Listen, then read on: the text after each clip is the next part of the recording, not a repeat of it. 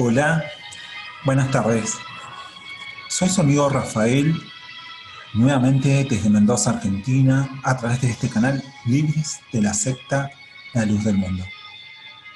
Bueno, realmente estoy muy contento porque he recibido gratos saludos de muchos amigos de Estados Unidos, de México, de Centroamérica y bueno, de los países del sur, amigos de Paraguay que me han escrito con este mismo propósito de sacar esta máscara a esta empresa que explota el nombre de Dios, explota el sacrificio de Jesús para embaucar a personas y utilizar su buena fe, su confianza, con el objetivo de enriquecerse ellos, porque Luz del Mundo es una empresa multinacional del montón que suelen utilizar a las personas para explotarlas. Por eso estamos acá presentes junto a un equipo de ex miembros de La Luz del Mundo para dar a conocer nuestra opinión y nuestra experiencia por el paso en la secta La Luz del Mundo. Personalmente les cuento que yo viví mi niñez, mi juventud, mi adolescencia en La Luz del Mundo. Así que conozco muy bien a Luz del Mundo de los años 80, conozco bien a La Luz del Mundo de los años 90. ¿Por qué me expreso de esta manera? Porque han cambiado muchísimas cosas. Y esa es la idea de este top 5 que vamos a hacer acá, porque si bien el tema del momento hoy es Nazón preso por múltiples delitos criminales, los delitos más aberrantes que existen en la humanidad, que son los delitos contra la infancia y la adolescencia, actos de abuso sexual y violación, los peores delitos. Bien, y todas las pruebas y evidencias que han salido. Sé que esos son los temas del momento. Pero realmente, si no hubiera salido a la luz nada de esto, ¿justifica el hecho de seguir en Luz del Mundo? Hay otros canales apologéticos que nos pueden hablar claramente desde un punto de vista teológico los grandes errores de La Luz del Mundo a la hora de la interpretación básica y errónea que hacen de la Biblia. Pero vamos a ir más allá, porque ni siquiera hace falta ser conocedor de la Biblia. Hay aspectos tan simples que evidencian que La Luz del Mundo es una secta más y no tiene absolutamente nada que ver con lo que predicó Jesús hace más de 2000 años. Por eso vamos a referirnos a los chascos, los 5 chascos de Nazón Joaquín y su secta La Luz del Mundo. Bien, voy a aclarar previamente que esa palabra chascos la recordé de mi infancia, cuando yo tenía 5 o 6 años. Ahí iba a la secta La Luz del Mundo y cómo los ministros se vanagloriaban de hacer estudios tipiados a máquinas de escribir y utilizaban la palabra chascos para burlarse de los testigos de Jehová, para burlarse de los mormones, de los adventistas, y tenían estudios en donde ellos indicaban cuáles eran los grandes chascos, es decir, los grandes fallidos y errores tan groseros, tan básicos, que uno, con solo conocerlos en su historia, se evidenciaba la falsedad por parte de esa organización. Así que vamos a utilizar el mismo criterio que ellos utilizan. Y vamos a hablar de los 5 chascos de Nazón Joaquín y su secta La Luz del Mundo. Bienvenidos.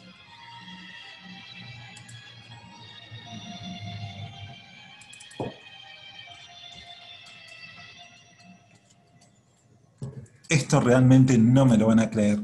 No me lo van a creer todos aquellos que hoy tienen aproximadamente 30 años de edad hacia abajo. Pero La Luz del Mundo en 1980 y en 1990 era muy diferente a La Luz del Mundo de los años 2000, 2010, 2020. Absolutamente nada que ver. La Luz del Mundo predicaba la existencia de los 2 olivos, los 2 testigos, y habían cantos en relación a ellos. en la época de Don Chevito seguramente pasó algo parecido. Don Chevito es Aarón Joaquín, que su nombre real es Eusebio y el sobrenombre era Don Chevito. Bueno, en su época se cantaba una canción en los templos en donde decían que los dos olivos, los dos testigos, uno era el apóstol Pablo y el otro es Aarón Joaquín. Y luego, en los 80, se cambió ese texto y los dos olivos, los dos testigos, pasaron a ser Don Chevito y Samuel Joaquín. Pero acá encontramos todo un simbolismo, porque ellos utilizaban ese pasaje bíblico de Apocalipsis 11 para ellos exigir que ellos eran los dos testigos. Y todo lo que rodeaba en torno a la figura de los dos testigos, desde los textos apocalípticos, que eran de una palabra totalmente profética, poderosa, y auguraban un futuro terrible y el poder de estos personajes, los dos testigos. Sin embargo, toda la doctrina que rodeaba a los dos testigos, a los dos olivos, era en torno a que ellos eran los mensajeros de las lluvias tardías, y eran los únicos y eran los últimos. Y había que creer en Samuel Joaquín para poder alcanzar la salvación. Y fuera de eso, nunca más iba a haber salvación. Incluso daba terror. Se vivía un estado de tensión constante, porque ni se pensaba en la idea de que Samuel Joaquín fuera a morir en esos años, en los años 80. Se pensaba siempre en su vida, en su bienestar, porque la sola muerte de Samuel Joaquín implicaba el arrebatamiento, implicaba que no iba a haber nunca más salvación, que ya no se iba a poder recibir el Espíritu Santo. También se decía eso, sin Samuel Joaquín, y no iba a haber más salvación. Y jamás se hablaba de un próximo apóstol. Se hablaba claramente en los 80 y en los 90 de que el último apóstol y la última oportunidad para ir al cielo era creer en Samuel Joaquín. Por eso los hermanos que no eran espirituales, bajo el lenguaje de lo que significa para los del mundo ser espirituales, que es recibir el Espíritu Santo, vivían en un estado de depresión, de angustia, de tensión constante, porque no habían recibido el Espíritu Santo, y si Samuel Joaquín moría, se iban a condenar, porque no iban a haber más apóstoles, porque así lo decía este mensaje profético. Ellos eran los dos olivos, los dos testigos, y las lluvias tardías, y nunca más iba a haber salvación. Eso predicaban. Y era terrible el estado de tensión en el cual se vivía. Nunca se iba a hablar de sucesión, pero ojo, en los años 90, porque esto es lo que practica Luz del Mundo, empieza a inyectar ideas, muy a poco, muy sustancialmente, muy paulatinamente. Por ejemplo, las publicaciones a fines de los 90 de Hermosa Provincia, de la revista Hermosa Provincia, ya empezaba a hablar de la dinastía apostólica, y empezaban a inyectar frases que el apóstol era el rey, que los hijos eran príncipes. Entonces, toda esa inyección permanente de frases estaban preparando a la iglesia para aceptar a una dinastía. Pero no era algo que se pensaba en ese momento. Era sino un estado de delirio místico permanente. Y era Samuel Joaquín visto como una deidad, y era visto como el último enviado de Dios sobre la tierra. Así nos lo vendían cuando nos iban a predicar. Era terrible. Pero ellos no fueron, Don Chevito y Samuel Joaquín no fueron los únicos locos que se hicieron pasar por los dos olivos. De hecho, la idea de hacerse pasar por los dos testigos fue de Samuel Joaquín. También en los 80, Applewhite y Nettles, de la secta La Puerta del Cielo, Heaven's Gates, ellos que llevaron a un suicidio colectivo a varios americanos, esto es en Estados Unidos, esto en los 90, fue en los años 90, ellos también exigían ser los dos testigos del Apocalipsis Apocalipsis 11. Entonces vemos que esto es una conducta sectaria, porque las sectas en esos años, estimados amigos, en los años 70, en los años 80 y en los años 90, las sectas como la Luz del Mundo y muchas otras más, como Heaven's Gate o el Templo del Pueblo de Jim Jones, se caracterizaban por los delirios místicos de sus líderes, se caracterizaban por toda esta cuestión relativa a lo apocalíptico, ¿sí? Y esos matices tenía la Luz del Mundo. Toda la simbología de los olivos, de los candelabros, de los dos testigos, de los ángeles del Apocalipsis, todo eso rodaba en torno a la Luz del Mundo, muy marcada, al igual que otras sectas. Así que a mí, a ver, si sacamos a un miembro de la Luz del Mundo de los años 80 y duerme, supongamos que entra en coma y se despierta ahora, en esta época, 2020, no creería en Nazón porque le predicaron un evangelio totalmente distinto. Son ustedes los que han permanecido cautivos mentalmente todos estos años. Son ustedes los que han sido inyectados y lavados de cerebro paulatinamente y en un proceso maquiavélico de una mente totalmente, de muchas mentes totalmente psicópatas, capaces de manipular a las masas. Ustedes son las víctimas que han sido llevados muy de a poco a otras creencias. Esto era Luz del Mundo. Hoy totalmente distinto. Ya hoy están dispuestos a soltar a Doraim o a quien sea como sucesor de Nazón. Bueno, vamos a pasar ahora al número 4, el arrebatamiento. Y siguiendo con esa misma lógica a la cual hacía referencia hace un momento, podemos decir que en esas épocas Nazón Joaquín amenazaba a la iglesia constantemente, que él le había ganado la pulseada a Dios, porque Dios le había pedido a la iglesia. Y entonces todo el mundo caía de rodillas y llorando, y en éxtasis y todos cayendo en lengua. Dios le había pedido a la iglesia, pero Samuel Joaquín le había dicho un año más, y bueno, con todo ese llanto, ese delirio y todo ese circo que se armaba alrededor, que Dios le había pedido a la iglesia, y iba a suceder el arrebatamiento, se iba a llevar a los hermanos que estaban preparados y el resto iba a quedar acá, y el templo gigante en forma de pastel en Guadalajara iba a quedar como un testimonio, y se generaba una oleada de mitos y leyendas en torno a esto.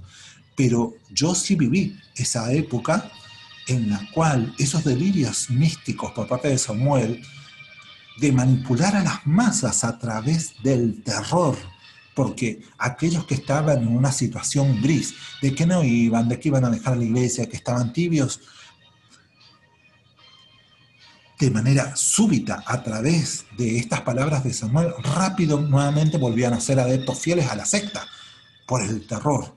Decir, ay, Dios me pidió la iglesia, entonces ya no quedaba oportunidad, ya era momento de volver a la iglesia, porque si no, te ibas a ir al infierno, había que ser espiritual.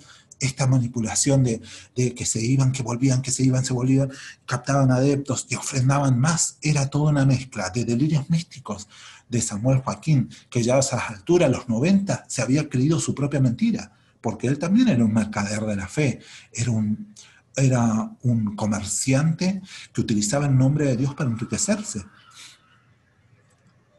Pero, y este tipo de manipulaciones, y además, ¿acaso no era que nadie iba a saber el día en el cual iba a venir Jesús en la segunda venida? ¿Acaso no iba a venir como ladrón en la noche? Y entonces, ¿cómo es que Samuel Joaquín sí sabía? Porque incluso llegó a decir que podría ser en una Santa Cena, y que Dios le había pedido a la iglesia, o sea, que era pronto y todo. ¿Cómo podía saber Samuel Joaquín? ¿Y por qué jugaba con esto, con la iglesia? Ellos siempre han utilizado estrategias psicológicas vinculadas al terror psicológico para mantener a sus adeptos fieles a su secta, para que vuelvan a la secta, aquellos que se encuentran tibios, pero que esa inyección letal que se llama la elección todavía se encuentra en sus mentes, traerlos de nuevo y para que vuelvan a ofrendar y así alimentar ese círculo vicioso de enriquecimiento en el nombre de Jesús. Terrible. Ya Samuel Joaquín había cambiado mucho después de los 90, después del escándalo de 1997, y él ya se creía sus propias mentiras. Él realmente se creía un enviado de Dios. Realmente se lo creía. Lo mejor que le pudo haber pasado a Luz del Mundo es que este hombre loco, este hombre terriblemente demente haya muerto, porque este Samuel sí los podría haber llevado a un suicidio colectivo. ¿Por qué Samuel, por qué Nazón Joaquín? Yo creo que no. Yo creo que Nazón Joaquín no es el tipo de secta apocalíptica que fue la Luz del Mundo en los 80 y los 90. Nazón Joaquín procuraba más incrementar sus inversiones en fideicomisos, en fondos fiduciarios, en inversiones inmobiliarias, inversiones en Suiza. Nazón Joaquín quería seguir explotando la iglesia, entonces no tenía, él pensaba más en las cuestiones económicas y en el poder absoluto que le daba para violar niños. El hecho de sentirse que, o sentirse no, sino decirse que él era el mismo Dios.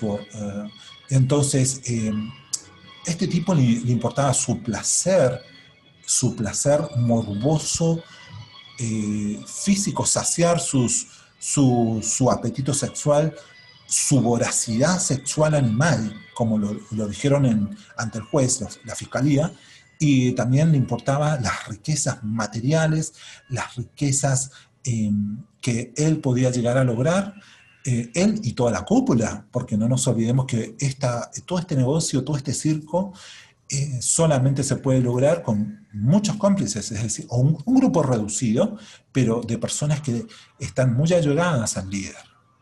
Así que yo, de mi parte, digo que fue de mucha fortuna que haya muerto Samuel, porque este loco sí los podría haber llevado al suicidio colectivo.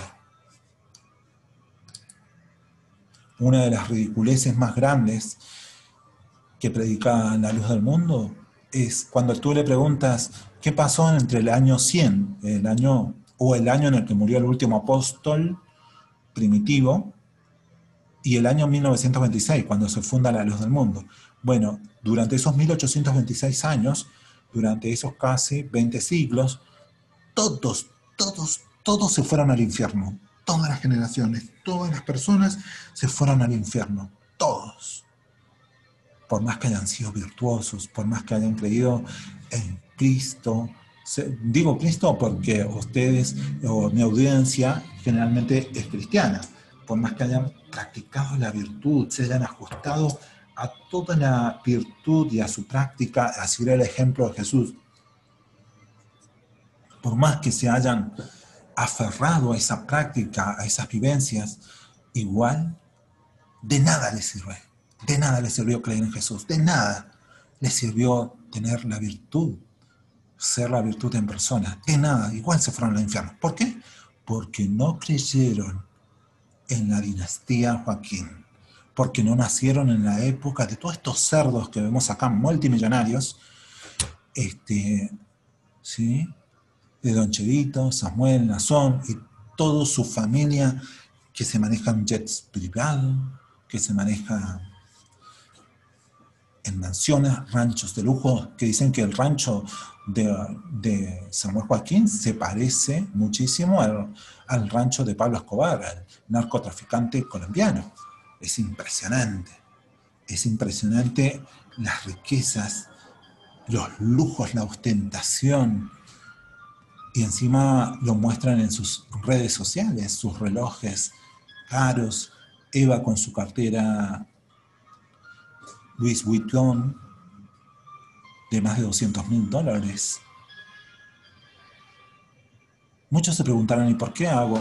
No, hoy no voy a hablar de este tema de la riqueza de ellos, pero yo sí me acuerdo que mi padre era un simple empleado y era un fiel adepto a la iglesia, y lo hacía porque creía en Dios, creía en Jesús y bueno, creía en la iglesia y en lo que se enseñaba. Y recuerdo que se endeudó muchas veces en compañías financieras con altas tasas de interés para comprarle un regalito al siervo del Señor. Mi papá en una época fue cortador de ladrillo, mi madre en una época fue empleada doméstica o sirvienta y se endeudaban en bancos con altísimas tasas de interés para enviarles regalos al siervo del Señor. Y bueno, con ellos asistíamos a la iglesia 2 veces al día, los 365 días del año. Durante más de 20 años nunca tuvimos vacaciones. Mis papás nunca se fueron de vacaciones. Y uno los ve a ellos, a Doraín en el Super Bowl, Nazón, Eva, sus secretarias que eran las groomers, las que le traían niñitas para que Nazón las violaba, todos juntos en el Mundial de Rusia. Entonces, claro que es injusto, pero hoy no voy a hablar de eso. Volvamos al punto. Entonces, los que nacieron entre el año 100 y el año 1926 se fueron todos al infierno porque no conocieron a la familia Joaquín, a don Chevito, a Nazón, a Samuel, que bueno, está toda esta familia que se hizo multimillonaria en el nombre de Dios y que no practican la virtud y cometen crímenes. Bueno, todos se fueron al infierno, todos. Todos se fueron al infierno por no conocer a esta dinastía de violadores, a esta dinastía de perversos sexuales, de ladrones, y que pisotean el nombre de Dios y de Jesús con el objetivo de enriquecerse y con el objetivo de obtener adoración, con el objetivo de obtener poder. Bien, vamos a pasar ahora al próximo punto. Punto 2, otro de los chascos, la teletransportación a la pasión de Cristo. En una de sus presentaciones en una Santa Cena, Nazón narró que él fue teletransportado al año 33, cuando a Jesús lo iban a crucificar y cuando Jesús era insultado, cuando era herido, castigado, lastimado. Pero Nazón, en pleno éxtasis de la luz del mundo, cuando todos caían en lenguas, todos a los griteríos, llorando, Nazón dijo, lo tiraban de las greñas a Jesucristo, o sea, nada después, estaba más muerto que sin vida. Esas grabaciones sobran, grabaciones que ustedes pueden encontrar en los canales de YouTube, pero las frases que él expresaba de su teletransportación hacia el año 33, era de una manera muy vulgar, muy baja, o sea, y sobre todo si estamos hablando de la máxima figura de los cristianos, porque hablemos de los cristianos en todo el mundo, más allá de que no pertenezcan a la secta de la luz del mundo, que feo que se hable así. Y acá lo estaba hablando un supuesto apóstol, un supuesto elegido, un supuesto hombre, ser divino, el más hermoso de los hijos de los hombres, que se cree Nazón, y él estaba hablando así de Jesús, que lo tiraban de las greñas, que le hacían puntapié, que estaba más muerto que sin vida. O sea, ¿qué manera de expresarse es esta? Y además él dice que vio a los otros apóstoles, estaban todos durmiendo. ¿Y cómo podía entender? ¿Acaso mientras él era transportado en el aire podía haberlos subtitulados para escuchar esos diálogos? ¿O Nazón entendía el hebreo antiguo? ¿O había alguien que le hacía un doblaje? Porque ahí se hablaba otro idioma en ese tiempo y época. Y él en su narración no explica todos estos cuestionamientos que surgen. Y él decía que iba y los amarreaba a los otros apóstoles que estaban todos dormidos. Y dice, vamos, defendamos a Jesús. Iba y los amarreaba que estaban todos dormidos, pero compañeros, le decía a él, como poniéndose a la par de los verdaderos apóstoles que fueron elegidos por Jesús, pero que no los lograba despertar. Y a pesar de que Nazón los amarreaba, es una locura. Esto es un delirio. Yo creo, porque a mí me preguntan qué opino de Samuel, de Nazón. Nazón es una puesta en escena, o sea, él lo que hace, él lo que piensa es en saciar su apetito sexual con infantes y a través de violaciones y abusos sexuales y utilizando groomers. Y también él solo piensa en la riqueza material. Entonces, él lo que hace en esa 45 minutos de exposición que le hace frente a la iglesia, brinda una actuación, nada más, ya cumple un libreto. Y todo esto armado no lo hace él solo, seguramente hay alguien, un grupo de personas que monitorean y van viendo cómo ir moldeando y cómo ir manejando las masas. Entonces, este libreto es armado con el objetivo de engrandecer al líder y darle cada vez más poder absoluto. Pero si supuestamente Nazón fue llevado al año 33, fue teletransportado, ¿por qué no aporta a la ciencia, a la humanidad, el conocimiento del verdadero rostro de Jesús? Digo yo, porque él en definitiva vio a Jesús, él exige, él dice que vio a Jesús y vio a los 12 apóstoles.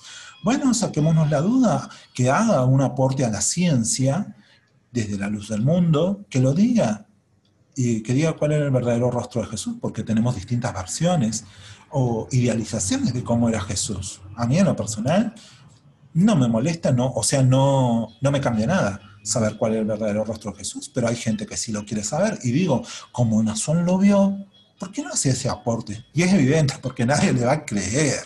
Los únicos que creen son ustedes, son los que están con la mente cautiva dentro de la secta.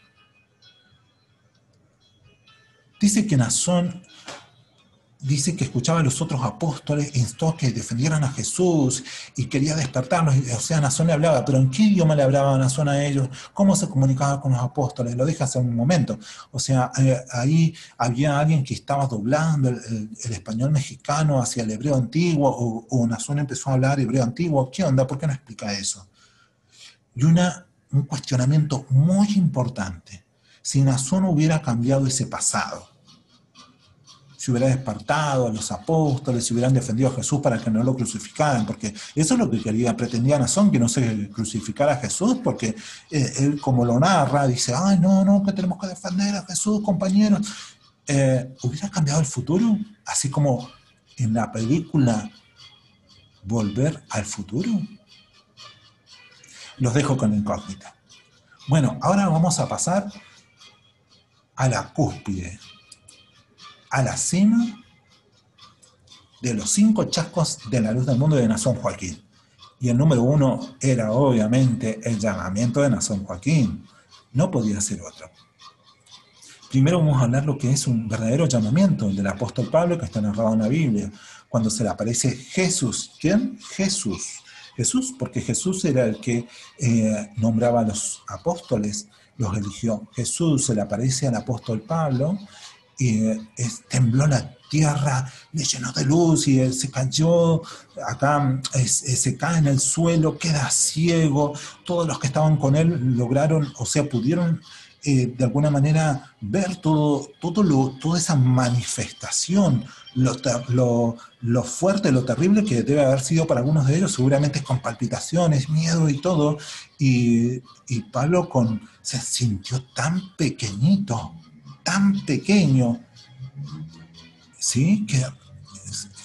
¿Quién eres, Señor? Le dice, soy yo a quien tú persigues. Y él le dice, ¿qué es lo que quieres que yo haga? O sea, quedó ciego, lo tuvieron que sanar a Pablo, pero fue un momento totalmente extranatural, fue más allá de lo que cualquier mortal puede vivir. Fue algo de otro mundo lo que vivió. Así fue el llamamiento del apóstol Pablo. ¿Y el de Nazón? Dice Nazón, cuando él cuenta en la hermosa provincia, que dice que él, oí una voz muy fuerte. Primero empieza diciendo así, que le decía, ¿por qué me pides consuelo si tú serás mi consuelo? Y dice que Nazón como que se frena en esa oración que le estaba haciendo, porque el cuerpo de su papá estaba del otro lado de la pared, había fallecido Samuel Joaquín, y dice Nazón que se frena, dice que escuchó esa voz que le decía, ¿por qué me pides consuelo si tú vas a ser mi consuelo? Ojo, acá primer punto, no tembló nada, no hubo una luz, ni nadie escuchó nada, solamente Nazón. Y dice que Nazón como que corta la oración, abre los ojos y empieza a pensar, ¿no será esto un chistecito de mis hermanos? Eso fue lo que pensó. Así que no sabía si era Dios, si era Jesús, si era algún chistecito de alguno de sus hermanos, Esto son palabras textuales de Nazón. Confundió un supuesto llamamiento de Dios con la posibilidad de que sea un chistecito de sus hermanos. Él lo dijo delante de los 5 millones en la transmisión. Bien, vamos a ver, ¿cómo puede ser que un pastor de una iglesia, porque Nazón era pastor, cómo puede ser que piense que era un chistecito de sus hermanos? ¿Quiénes son sus hermanos? Son Benjamín, ¿sí?, que es diácono o pastor, es Uziel, pastor diácono, y Atlaí, también con cargos ministeriales. O sea, los 3 hijos de Samuel Joaquín, los 3 supuestamente, si acaba de morir su papá, no solamente papá, sino el apóstol de Dios, Samuel, entonces los 3 hombres grandes, ya también grandes de edad, deberían haber estado en una situación de dolor, por la muerte de su papá y por la muerte del apóstol. Entonces, ¿cómo puede ser posible que esta gente haya hecho un chistecito haciéndose pasar por Dios y haciéndole creer a Nazón que era el próximo apóstol? ¿En qué cabeza cae? Lo digo por Nazón. ¿Cómo puede ser que él llegara a pensar que uno de sus hermanos en puntitas de pie y haciendo ruido con su voz, como es, porque dijo Nazón que era el estruendo, como un estruendo de muchas aguas, diciendo, Nazón, Nazón, tú serás mi consuelo? Y eso, Nazón pensó que era un chistecito de sus hermanos. Confundió a Dios con un chistecito de sus hermanos. Óiganlo bien, él lo dijo. ¿En qué cabeza cabe de que, cómo pudo haber pensado eso Nazón, tomando en consideración que sus hermanos eran mayores de edad, diáconos, pastores, y que había muerto el apóstol Samuel Joaquín? Es una locura. Bien, eso es un delirio, es el chiste y la mentira se cuentan solo. Si alguien creyó en esa elección, en ese llamamiento, por favor, al menos deben sentir vergüenza con este análisis que hago, si no es que ustedes ya lo hicieron. Seguramente les ha hecho ruido, pero no se animan a decirlo porque ustedes tienen terror de hablar de Nazón porque creen que se van a ir al infierno si hablan de Nazón Joaquín. Eso es una mentira también, es un lavado de cerebro, ese tipo de convicciones. Pero volvamos al punto.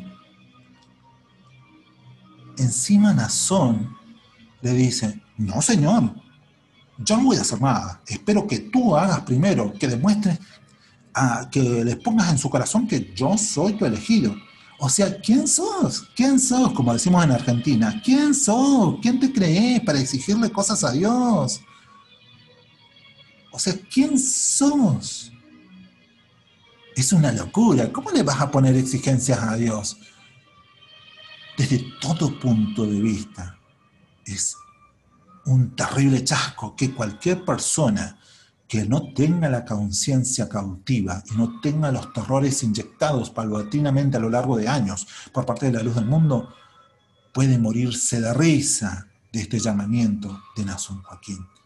Obviamente, el pueblo cautivo y con la mente totalmente lavada de cerebro cayó en esta trampa tan simplona, tan fácil de ver. Ojalá ustedes abran los ojos y hagan reflexiones sobre estos puntos. Este no es un hombre de Dios. Este es un hombre ambicioso de poder material y también un hombre totalmente morboso, un hombre insaciable sexualmente, como se dijo en una de las audiencias por parte de la Fiscalía del juez. Estos hombres no tienen absolutamente nada que ver con Dios. Y lo que vemos en videos, que salen los pastores más altos de la luz del mundo en sus rangos, defendiendo hasta el último aliento, pase lo que pase. Es obvio que van a decir eso. ¿Por qué? Porque si se hunden Nazón, se hunden todos ellos. Entonces ellos tienen que defender a toda costa, porque ellos van a perder mucho. Porque después de que termine el juicio con Nazón, va a seguir el juicio con Susana. Y así todos aquellos que han sido sus cómplices. Esta secta va a desaparecer y va a quedar una pequeña porción de aquellos lavados de cerebro y que le han prometido a este hombre violador, a este usurpador y al que ha robado tu buena fe, lo van a seguir hasta el último día, hasta el último suspiro. Y ahí morirán, como ha pasado con muchas personas en secta. Esto es un suicidio colectivo alargado en el tiempo. Es como estar muerto en vida, porque lo que ha hecho esta secta es cautivar tu mente y han robado años hermosos de tu vida. Todavía estás a tiempo para salir de la secta a la luz del mundo. Y así hemos terminado con esta presentación. Hablamos del top 5 de los 5 chascos de la luz del mundo y de Nazón Joaquín. ¿Sí? El llamamiento de Nazón, el número 1. 2. La teletransportación a la pasión de Cristo. 3. Año 100, año 1926. 4. El arrebatamiento. 5. Los 2 olivos, los 2 testigos. Bueno, mis amigos de todo el mundo y en especial un gran saludo para Paraguay, ¿sí? Para los que se han contactado conmigo y agradezco enormemente las felicitaciones y los mensajes de buenos deseos por parte de todos mis amigos de todo el mundo que se han comunicado conmigo a través de otros medios. Les dejo un abrazo gigante y bueno, suscríbanse al canal que pronto tenemos más novedades. Muchas gracias.